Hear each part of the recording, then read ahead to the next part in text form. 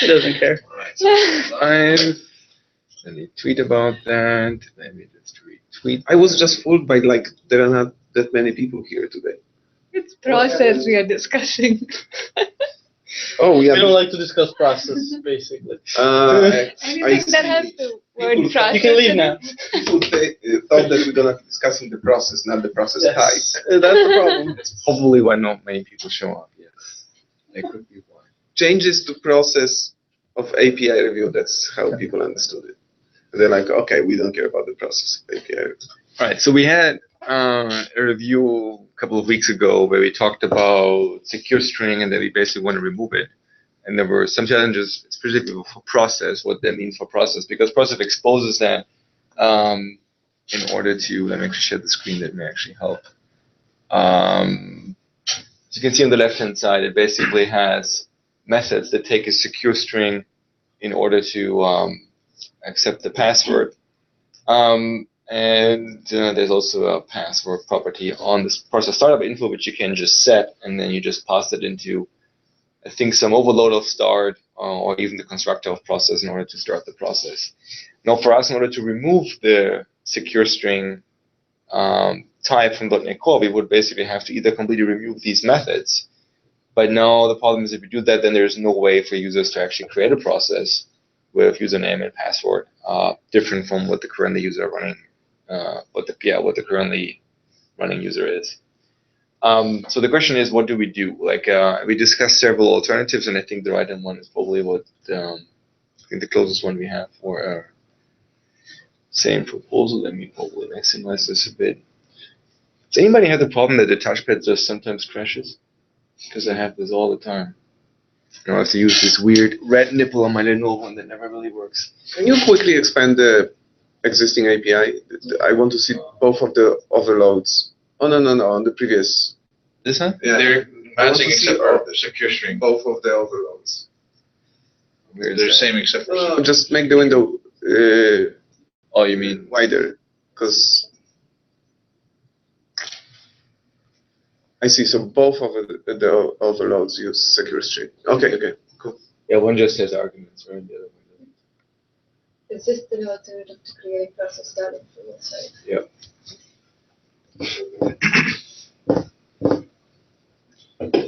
Yeah, so this is basically, we would add these methods to .NET Core. Then in order to preserve compat with desktop, you would also have to add those methods to desktop. So in desktop, basically now you would see start methods that have the password, one in secure string and one in just a plain string. And then for this one, it's a bit tricky because we already have a password property here. So we can't have another password property that returns a string, so we have to come up with a new name. And you chose plain text password. I think on email we also discussed some alternatives to that. We were debating it back and forth about whether or not we just don't add the property to process start info and just add overloads to various start methods. Yeah.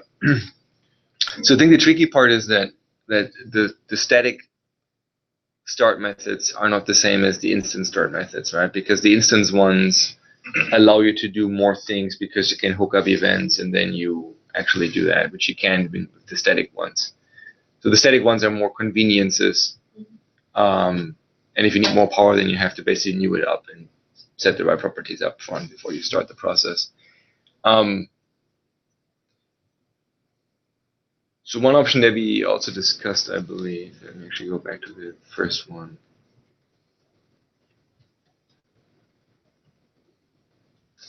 Yeah, the first option was only expose the static ones, but then we said that would mean that certain things would not work at all, because the static ones don't have all the scenarios, right? Second one is just have a new set of static methods that take a process start info and the credentials. It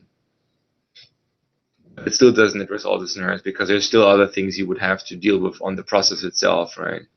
Like exit code or unexited, which is I think the event. And then the third option was basically add static as well as instance methods that allow you to pass in the password as a clear text. thing. And then the fourth one was basically what you proposed right now. Do we think that the username and password is an advanced enough scenario that we're okay with people only making it on the instance method? Such that the static ones aren't there, you still get all the behavior, you can still do the redirection, and we just have overloads on the instance start that take them. Yeah, that would be my proposal as well. I looked at the API usages of username password on desktop, and I didn't see any usages. That's at least an indication, not necessarily foolproof, but an indication that it's not used super well. But what do you mean by instance? You mean on process start info? No. Because I would like process start info seems to be the most Useful. powerful method. So Therefore, I would when have a password here. I would like if we basically don't want to have it anywhere, I would have it on process start info. And when I say I don't see any usages, I mean of the process start, that is the static API. There's no way for us to know whether process start info's username was like used or not when you were generating process. But I agree with you, but it's a slightly different twist, right? Because I think the instant start method, there's currently only one, right? Which is basically just start. I think the alternative would be, we would say, yes, you have to set up the start info, pass it to the process. But the username password, you don't actually set up as properties. You pass them as arguments to the start instance method. The reason for that is that and I think we discussed this as well in email, that I think it just seems wrong to have a plain text password that is a property of a type that kind of roots the string. Now, technically, that's a bit fishy because, the thing is already on the heap because it's a string. But I would still argue that if you look at the debugger, like, it just has not the right flavor to it. You could at least imagine that, you don't start just takes it, forwards it directly, immediately forgets the string, gets eligible for garbage collection quicker. So I thought we discussed it last time, and the conclusion was we're not gonna be able to. If you have access to memory of the process, all bets are off. Like trying to protect it is just. I mean, on one side we said SecureString doesn't make sense because there's a small window where it's not working, and here we are considering ourselves about whether we should root the string or not. I mean, well, there's two things: there's rooting in, but there's also just the duplications of the two password properties. And but isn't that true? Even if we have start APIs, we'll still have conflicting ideas, at least on the desktop side, and not just one. We'll have 4 of them. I agree with that, but I mean, if you look at the APIs, at least it's not conflicting in the same spot, right? But that's even more confusing. Yes. Because you kind of see like password here, password there. You're wondering like, what the heck is the difference between these two? When do I get APIs? which gets overridden and which? And even from purely design perspective, doesn't it make sense that process start info have the credentials? I don't know. It is a start property of a process. So. And I think we consider it like advanced scenario. Like majority of people just do start and file name, correct? Yes. And like process start info is for the kind of the whole tail of advanced. Yep, I agree with that. I think once you go down the username password, I think it's fine to say you can no longer use the static method. You have to do other things. it's probably even fine to not even use the instance stuff. Right? You can just if we could just get away with only adding the one property on process start info, and that's it. Yes, the only reason why I considered static APIs makes sense is because you're basically writing 6 new lines of code if all you care about is starting a process. But we already agreed that it's an advanced scenario, so we don't necessarily need to optimize that. What benefit are we achieving by not having those strings, not having the static APIs, as against having them? So for example, I see one problem with the API.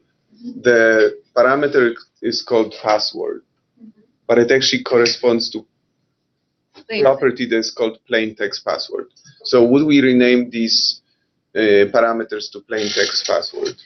And I would say that's also kind of wacky because somebody would look at the signature of the method in isolation, like, why did they call it plain text password? It should be called just password. So like by not having it, we kind of avoid this whole, it may be a small problem, but we just avoid it. We just add a property and do the simplest thing possible to enable the scenario. And given that it's advanced, we kind of don't care how many lines of code. The only thing I would say is if you look at PowerShell and other scenarios, like in C# newing up things is not too painful. In PowerShell, it's pretty painful. Well, most of the time, sure they're doing it in scripts, but this is just handled by their start process command line. And so they're the one actually writing this code, not the actual user. use the script or people using PowerShell just calling start process and passing That's username all. and password, and PowerShell behind the scenes is calling this. I see. So it's an implementation of that. I see that. There's nothing stopping them from doing it themselves, but that's not what they're using. So I mean, my other concern would just be if you have a method that just takes 5 strings, it just seems weird. Like I mean, That's true. like with the other one, you at least had some sort of like structure to that. And now they all overload on the same thing, right? Now like one is taking a secure string and one isn't taking a secure string. It's a bit of a thing. The only argument in favor of that is it makes porting code easier, right? But we didn't see any usages of it on the desktop side. That's true. So I do not expect a lot of But to code. be fair, desktop also has the least amount of apps, right? We have like 400 apps or whatever. So our data is not necessarily the best. But Plus, we haven't it's had probably not anybody. the service We haven't had anybody other than PowerShell request the team for .NET Core so far. But that could also be because not many things from Microsoft are porting already, right? So like the data is skewed one way or the other, depending on how you look at that. But we always have the option of Option adding of them later. adding them back. We can always We add don't stuff have later, the yes. removing them later, so. That's true. So why is domain and username?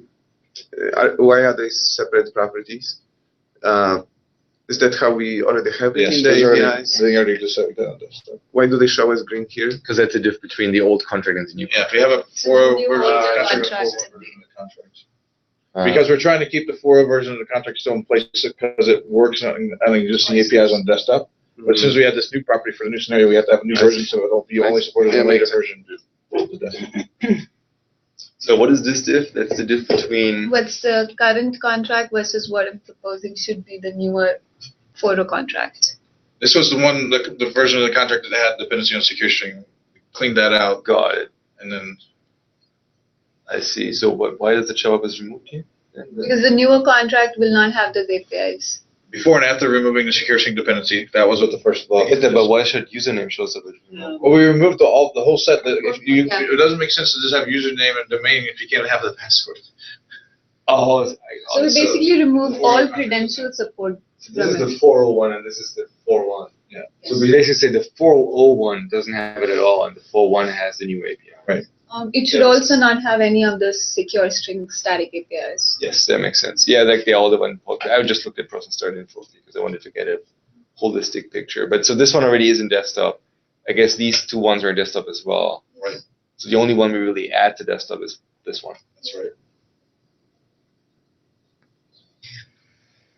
Yeah, I would at least suggest to make it a suffix, not a prefix, so that it at least show up side by side.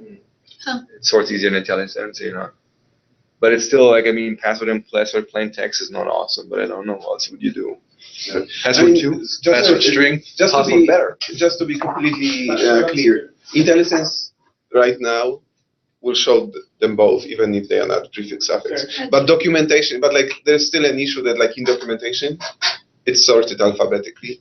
So if we call them as it's right now, they're gonna be in completely different place. Well, IntelliSense will show them, if you type password, they will both Yes. show up. Mhm. But if you browse the list, if you just do the dot and you Yeah. browse, they're like far away still, right? Password unsecure. Uh, I know that's Long. thinking the wrong way. Password still secure. also, we don't care about security. Password clear text, Yeah, plain text, clean text, text, clear nothing. string. I don't know. They all look equally bad. I agree, but I think, do we have other play cases where we call things plain text? I remember seeing clear text.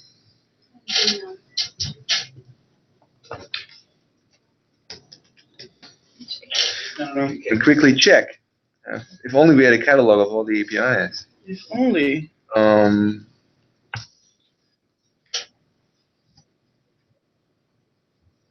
I do see. There are a couple of clear enum text. values, yeah, but Okay.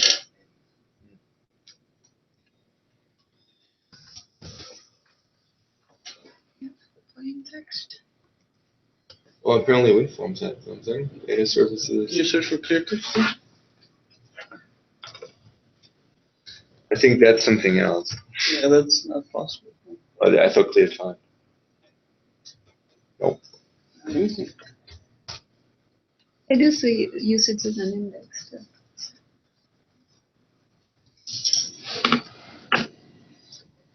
I honestly think password plain text is fine. I mean, given all the other options we discussed. Should we do password in plain text? That works too. Password plain text. Somebody may think, either way, they can think that they first set the password and now they can read this one in plain text. Oh, that makes sense. There are some other places and other libraries, not actually in the core framework, they call it clear text password. How much? They call it clear text password. I don't know how much we weigh them, but Well, I think the other one that showed up as plain text was just the unformatted text, which has nothing to Right. do with. right, there's nothing to do with secure enough. So password in clear text is probably also fine.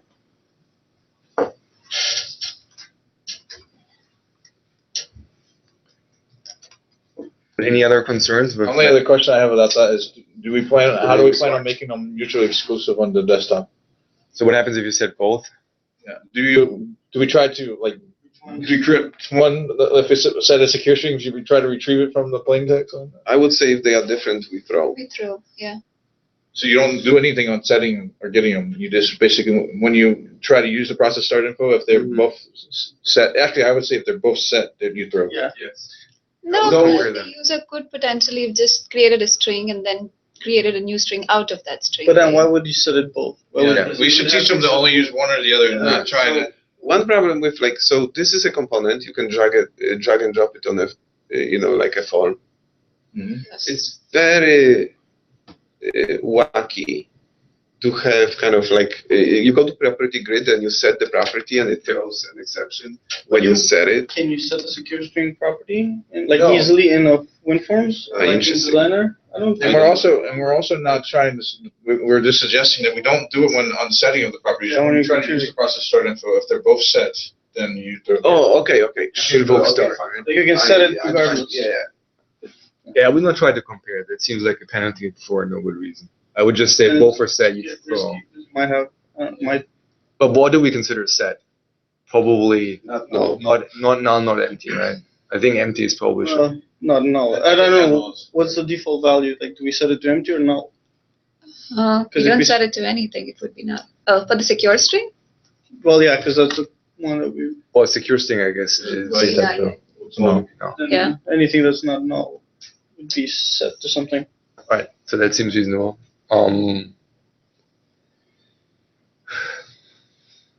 We should probably also, if this process start info does have all the designer things, we should try to exclude it just like we've done with environment, exclude it from designer and stuff, because we just don't want to deal with those kind of regressions. Which one? The new one. The new well, property. well, unless the current property is not showing up already. Well, Like if you cannot set it using the designer, then I don't think we have a problem. but even still, even if we can, I don't, we've been running into way too many serialization issues and designer issues just because we added a new property. So I prefer to just hide it from the scope so that we don't regress any scenarios we don't think about, because there's a lot of possible regression things. So what do you mean by hiding in this sense? There's basically a way of hiding, like we had to do it for environment. We had to mark it as editor, like designer, serializable, non-visible, or some designer attributes. We had to Do we put on. even have these attributes in .NET Core? We wouldn't mark it in .NET Core only. This is only for desktop I'm talking about. Let's see. Sure. I see username and domain both have a notify parent property attribute on it, while password doesn't. I don't know how it's getting used. Sorry, what is it called? Notify parent property attribute. Never heard of that. Let me guess, that's a component model. Well, yeah, this is basically what we had to do on environment. We had to swap. Designer serialization visibility, designer serialization Yeah, visibility. you can't set the password. I've never heard of this ever. Where does this come from? It's a WinForms concept, I believe. So you cannot set it in the designer, just in case you you cannot set the password. Yeah. Oh, I see. I see. Well, that seems reasonable. Yeah. You're still using IE, not warm up to Edge yet? I keep swapping, I think I set IE back to my default browser because it kept, on my early beta versions, kept breaking. You're gonna add comments to not add the start overloads. Yeah, so like those ones, I still click on the wrong thing. I need to click on the other screen. That's really misleading. So we said remove, and then we said this guy needs an attribute, right? Yeah, for desktop. That's an Uh, implementation detail, but yes, you For can. desktop, we should hide this property from designers using, what was this thing called? Designer? Serialization visibility.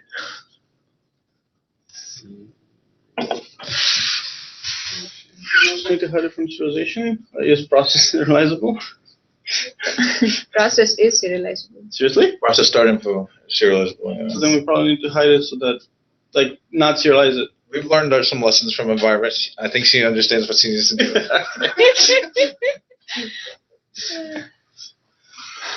Environment is static. Like, how does it even? Process start info isn't, process is, I believe. Then it shouldn't Let me matter. double check. Oh no, there are some serializers that do Binary not should- care about binary formatters. serializable attributes, so they get serialized. Binary formatters Nevertheless. don't care. I don't think we'll have to add any serialization Go attributes. back in time at some point. You should really prevent serialization from happening. I know, there was a serialization push actually. So at some point, somebody everything else. discovered that Well, because that was there's this promoting team, they created serializers. And then there's this whole .NET framework, and almost nothing is serializable. So, somebody started serialization push. And basically, every team got a task to review their APIs and mark everything as serializable unless they had a reason not to. Not the No, other way. but they also I'm not include- joking. I mean, that is the history. You're dealing with it in .NET Core.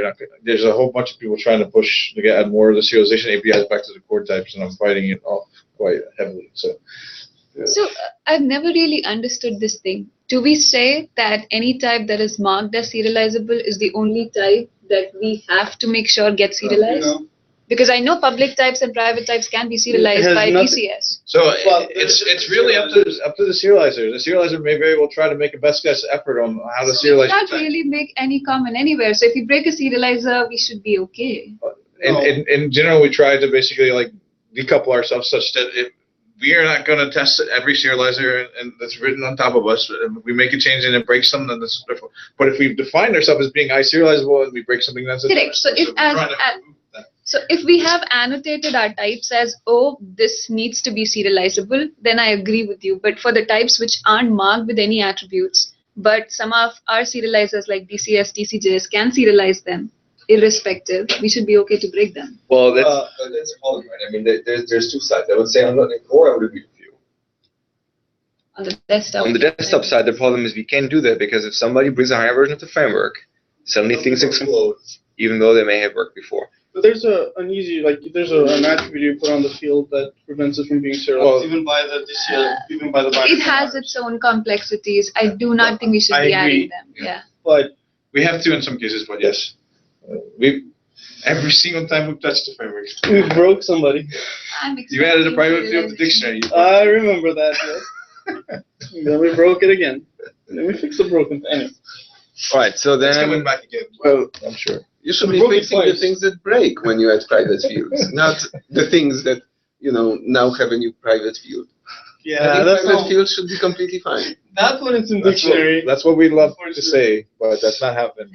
When it happens in dictionary, it breaks. Sometimes you just have to hold the line. Okay. But- in .NET Framework, every single time we do it, And what? in .NET Framework, every single time we do that, know. we lose that. The line gets raised. I know.